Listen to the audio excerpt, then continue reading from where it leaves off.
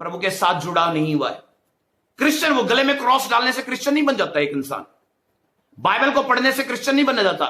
मैंने उस दिन कहा था, बाइबल को पढ़ने वाला क्रिश्चियन नहीं है, बाइबल के ऊपर चलने वाला क्रिश्चियन है। और आज क्रिश्चियन कंट्रियों के अंदर, पूरे वर्ल्ड में क्रिश्चियन कंट्रियों के अंदर बहुत कम गिने चुने संख्या में मसीह लोग हैं। पूरे वर्ल्ड के अंदर 1 करोड़ अगर मसीह होंगे तो उनमें से 10% स्वर्ग जाएंगे। ध्यान से सुन लेना, 10%। आपका उसमें नाम है या नहीं है, आपको देखना है। अगर आप आज तक बचे नहीं है ना आत्मा में, आप आज तक पवित्र नहीं बने ना, तो याद भूल जाना कि आप स्वर्ग जा रहे हैं। आप स्वर्ग नहीं जा रहे। मैं इसलिए कहता हूं, अगर परमेश्वर अभी आ जाए, आज रात ही आ जाए, 1 घंटे बाद आ जाए, सोच के देखिए आपका क्या हाल होगा। सीरियस है। अगर इस समय आज ही रात परमेश्वर आ जाए तो कहां पर होंगे आप? आपकी डेस्टिनेशंस कौन सी है? आपने किसी को माफ नहीं किया, आपके साथ किसी ने गलत किया, आपने उसको क्षमा नहीं किया, तो प्रभु का वचन कहता है आपको भी क्षमा नहीं किया जाएगा। सोच के देखिए, आपने आपके साथ की कितनों के रिलेशन ऐसे हैं जिनको आपने क्षमा नहीं किया। आपने किसी पे दोष लगा के आपने उससे माफी मांगी? आप एक निर्दोष जीवन जी रहे हैं। आप प्रभु को इतना प्यार कर रहे हैं अभी तक जैसे करना चाहिए? आप लोगों को बचा रहे हैं? किसी को आपने प्रभु के बारे में बताया आज तक?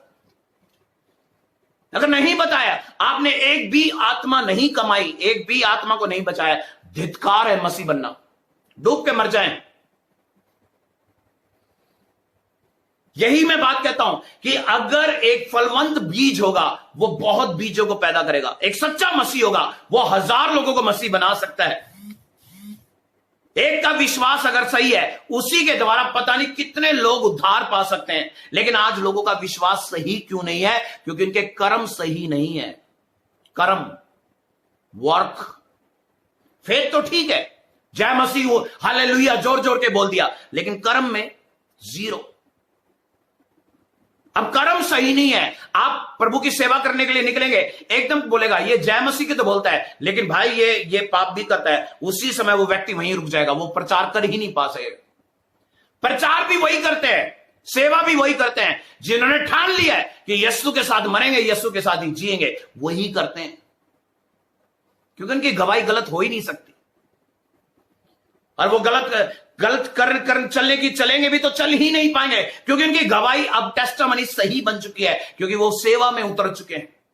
इसलिए मैंने आपको बताया कि full time service, half time service, या आप घर से, एक बहन है घर से सर्विस कर रहे हैं, किसी को वचन दे रही है, आप भी सेविका है। प्रभु का काम करें। प्रभु आपसे जरूर पूछेगा, जब दुनिया का अंत होएगा, पूछेगा बेटी तूने क्या करा मेरे नाम के लिए? आप बोलेंगे मैंने तो बस प्रभु जी, मैं सारा दिन प्रार्थना करती थी, मैं उपवास करती थी। प्रभु कहेगा ठीक है, ये तो तूने अपने लिए करा, लेकिन मेरे लिए क्या करा तूने? मेरे लिए क्या करा? मेरे लिए प्रचार दिया लोगों को? मेरे लिए किसी को वचन सुनाया? किसी गरीब को खाना खिलाया मेरे नाम से? या मेरे नाम से किसी की जिंदगी को बदला?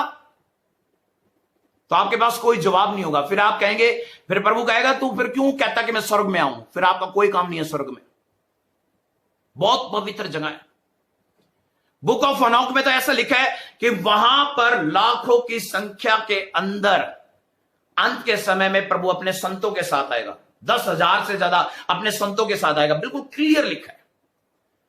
यह कोई 14 या 15 चैप्टर के अंदर लिखा है बुक ऑफ हनोक के अंदर। लेकिन मैं आपको बताना चाहता हूं कि 10,000 से ज्यादा प्रभु अपने संतों के साथ बादलों पे आएगा। वो दुनिया का अंत बता रहा था कि दुनिया में कैसे प्रभु आने वाला है। हनोक बोलता है।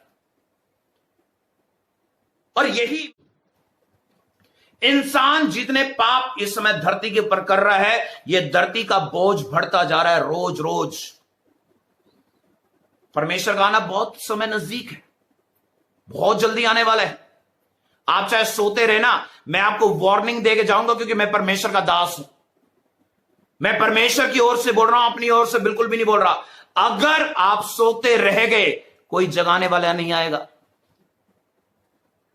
चेंज कर लो अपने आप को जितनी जल्दी हो सकता है। अपने लिए यह प्रेयर करो कि मेरा उद्धार कर परमेश्वर।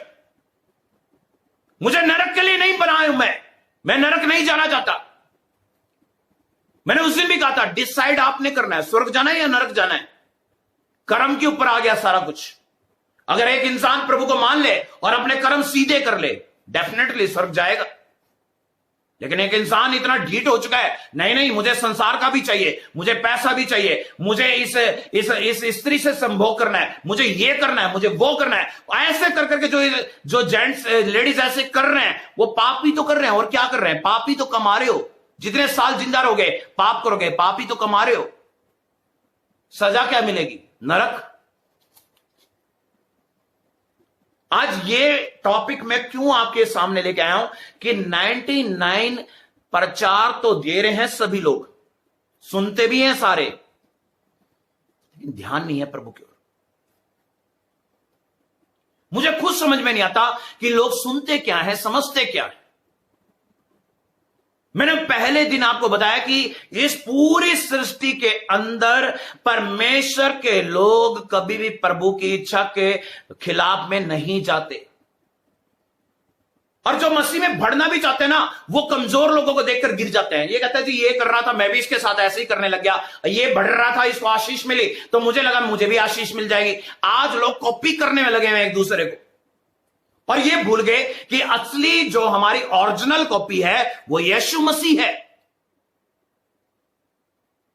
हमें किसी मैन ऑफ गॉड को कॉपी नहीं करना चाहिए, मैं खुद कहता हूं। ना किसी परमेश्वर के दास को कॉपी करो, ना किसी इंसान को कॉपी करो। कॉपी करना है, ओरिजिनल कॉपी को पकड़ो, और वो है यीशु मसीह। आपका प्रेयर स्टाइल कुछ और होगा, मेरा कुछ और है। आप 5 घंटे प्रे करते होंगे, मैं चाहे 2 घंटे करता हूंगा। हर किसी का अपना लेवल है, हर किसी को अपनी सोच के द्वारा परमेश्वर ने अलग अलग बनाया है।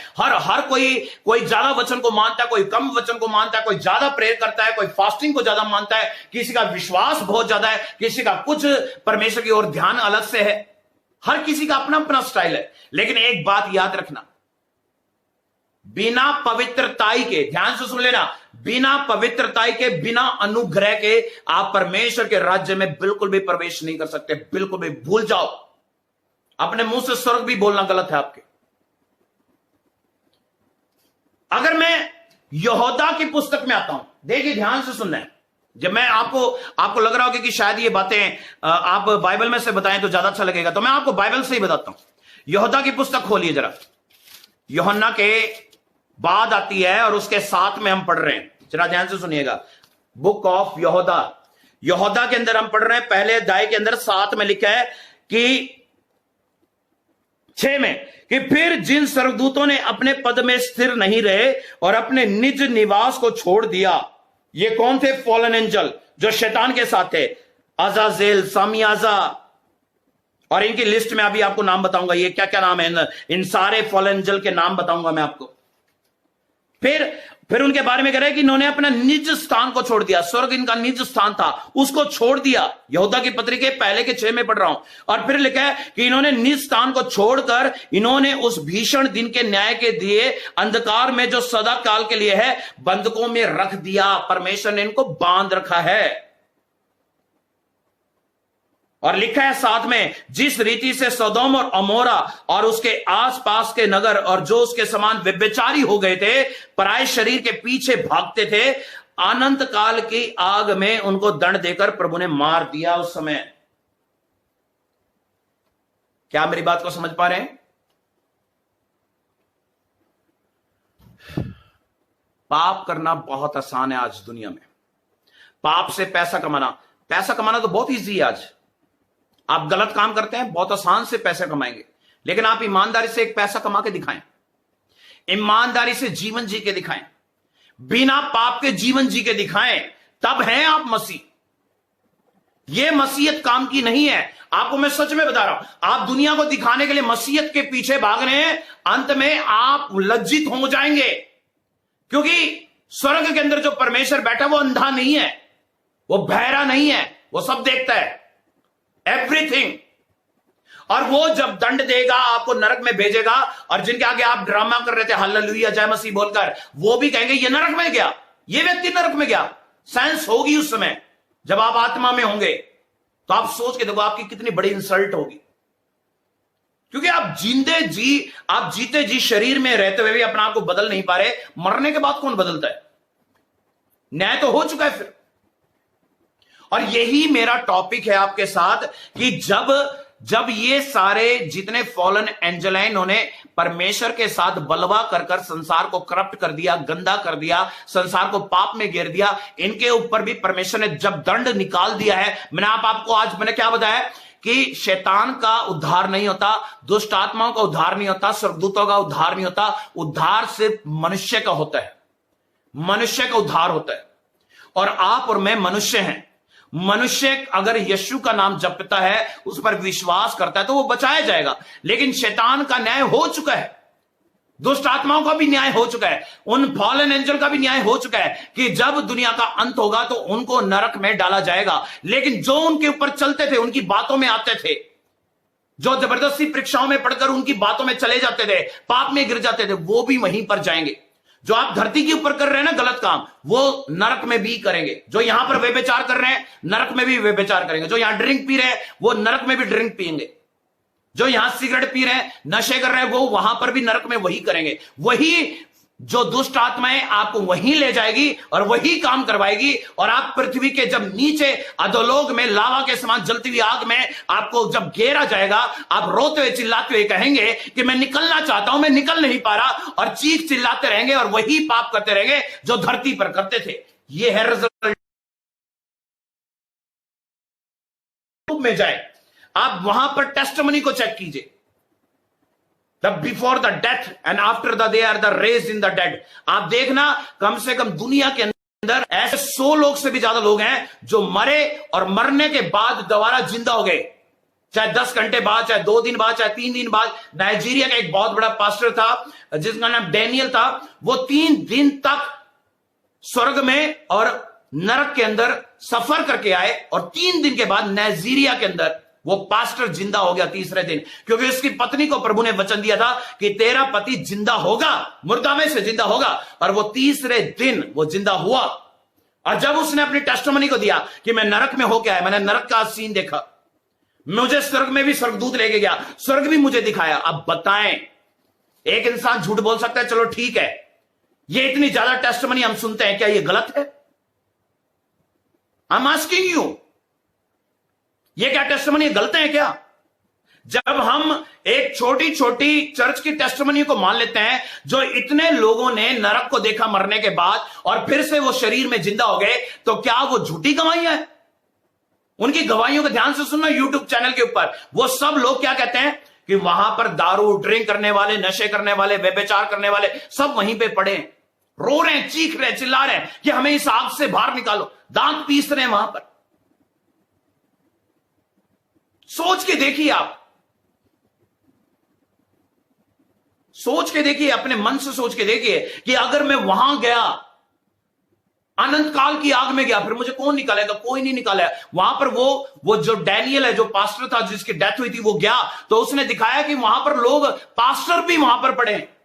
वो पास्टर जिन्होंने अपना नाम रोशन करने के लिए भागते रहे, पैसा कमाने के लिए भागते रहे, मसीह के अंदर लोगों को बहुत इकट्ठा करते रहे, लोगों से धन इकट्ठा करते रहे, वो सब नरक में है। सच्चा प्रचार नहीं करा, लोगों को बचाया नहीं। आप खुद सोच के देखिए, जब एक पास्टर भी जा सकता है नरक में, तो फिर रह क्या गया? एक आम विश्वासी का क्या है? यही एक बात ध्यान रखना। आज मैंने आपको एक चीज बताई है, पवित्रताई में जाना कठिन जरूर है, लेकिन नामुमकिन मत बोलना। मैं इस वर्ड्स को मैं बिल्कुल भी एक्सेप्ट नहीं करूंगा। कोई इंसान कहे कि मैं पवित्र नहीं हो सकता। अगर एक इंसान अगर ठान ले कि मुझे प्रभु के पूरे नक्शो कदम पर चलना है, वो बिल्कुल चल सकता है, 100% चल सकता है, लेकिन उसके जीवन में पवित्र आत्मा का होना बहुत जरूरी है। और एक आत्मिक पिता का होना तो और भी ज्यादा जरूरी है। एक मेंटर का होना तो बहुत जरूरी है, जो उसको शिक्षा दे, कैसे चलना है, कैसे टीच करना है। उसके बिना तो कुछ नहीं है। एलिया था तो अलीशा भी था। अलीशा ने उससे भी बड़े काम करे एलिया से ज्यादा, लेकिन अलीशा अगर उसको नहीं सिखाता, नहीं कर पाता। सच्चे गुरु की कीमत बहुत ज्यादा है। एक आत्मिक पिता की पता नहीं कितनी ज्यादा वैल्यू दिखाई गई है बाइबल में, लेकिन आज आत्मिक पिता भी पता नहीं किस तरह के लोगों ने बना रखे।